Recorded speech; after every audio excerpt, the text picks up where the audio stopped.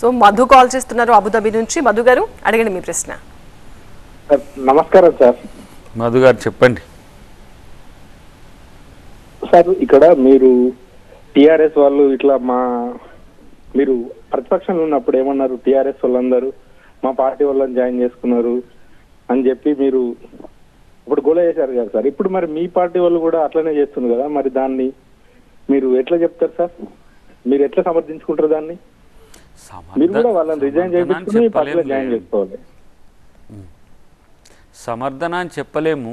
రాజకీయాలే ఆ స్థితికి ఎదిగినాయి అనాలన్నా దిగజారినాయి అనాలన్నా తెలియదు. కానీ ఓడిపోతే పార్టీ కొరకు కొట్లాడే నాయకత్వం లేకపోవడం, ప్రశ్నించడానికి మేము ఉంటామనే నాయకత్వం లేకపోవడం ఒక రకంగా నాయకత్వ దివాలా కోరుతనం.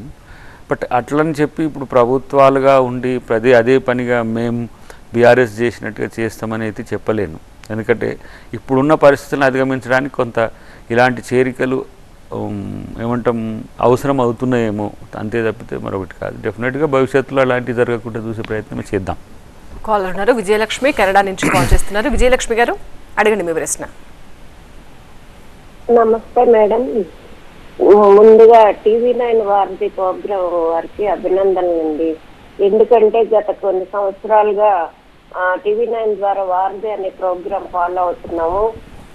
చాలా మాకు అభినందనీయంగా ఉంది. అలాగే నేను అమెరికా, బోస్టన్, కెనడా ఇలా 4 times వచ్చినా కూడా ఇప్పుడు కూడా కంటిన్యూగా చేస్తూ చాలా గ్రేట్ గా ఉందండి టీవీ ఛానల్ వారధి టీవీది. ముందుగా మీకు అభినందనలు. నెంబర్ 2 గౌరవనీయులైన దయాకర్ గారికి నమస్తే అండి. నమస్తే. నమస్తే అమ్మా. మీరు చాలా డీసెంట్ గా కనపడుతున్నారు సార్. పొలిటికల్ అలా ఉంటే జాగ్రత్త అండి. మరీ వెరీ డీసెంట్ గా ఉన్నా కూడా బాగోదు.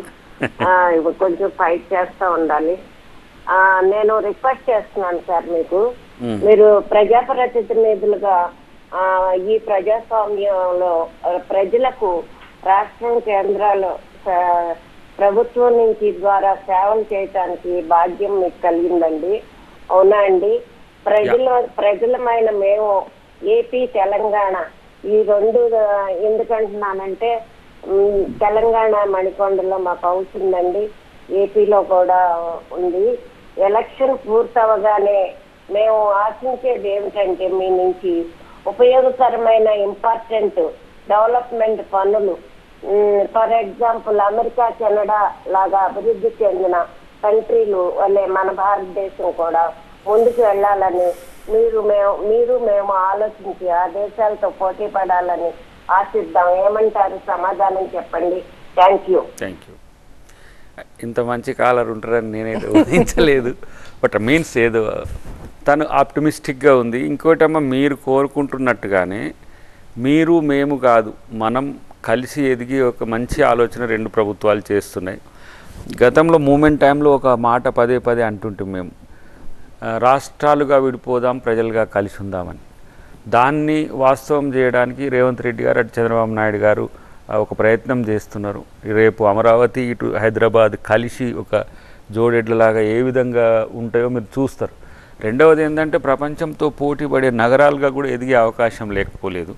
అఫ్కోర్స్ మనకేంటంటే అమెరికా లేదంటే లండన్ లేదు ఆస్ట్రేలియా లాంటి దేశాల్లో మన వాళ్ళు ఉండి ఇక్కడికి ఎప్పుడు వస్తుండడం వల్ల కూడా ఆ స్థాయి అభివృద్ధిని కోరుకుంటున్న పరిస్థితుల్లో ఇప్పుడు రాబోతున్న 2 పట్టణాలు అంటే మీన్స్ ఇప్పుడు సైబరాబాద్ను మరింత అంటే RRR మధ్యన జరగబోతున్న అభివృద్ధి ప్రపంచ స్థాయిలో ఉంటుంది.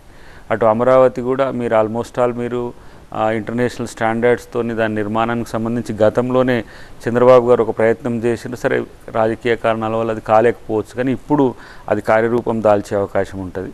రెండవది వాటర్కి సంబంధించిన అంశంలో కృష్ణా గోదావరి నదుల అనుసంధానం కనుక జరిగితే డెఫినెట్గా మీకు 2 రాష్ట్రాలు సస్యశ్యామలంగా ఉండే ఒక ప్రయత్నం చేయొచ్చు. దాదాపు నేను అనుకుంటున్న ఆల్మోస్ట్ ఆల్ ఒక 1200 నుంచి 1500 TMCలు కనుక మనం 2 ప్రాంతాలకు పంచుకోగలిగితే ఇది అంటే 2 రాష్ట్రాల కృషితో చాలా మంచి జరుగుతుంది.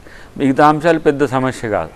ఇక నా విషయానికి వచ్చినప్పుడు డీసెంట్గా ఉండాలంటే మరి చదువుకున్నది ఏమిటి తప్పదు, ఉండాల్సి వస్తుంది. పోరాడడం అనేది మన కొరకు మనం పోరాడాల్సిన అవసరం లేదు. ప్రజల కోసం పోరాడే ఒక మంచి ప్రణాళిక చేయాల్సిన అవసరం ఉంది. కానీ ఒకటి మాత్రం ఈ సందర్భంగా మీరు అడిగిన ప్రశ్నకు అది డిమాండ్ చేస్తుంది, అది చెప్పాల్సిన అవసరం ఉంది. తెలుగు వాళ్ళు ఎక్కడ ఉన్నా, ప్రపంచంలో ఎక్కడ ఉన్నా, రాష్ట్రాలుగా విడిపోయిన ఆంధ్ర తెలంగాణ అనే ఫీలింగ్ మాత్రం లేదు.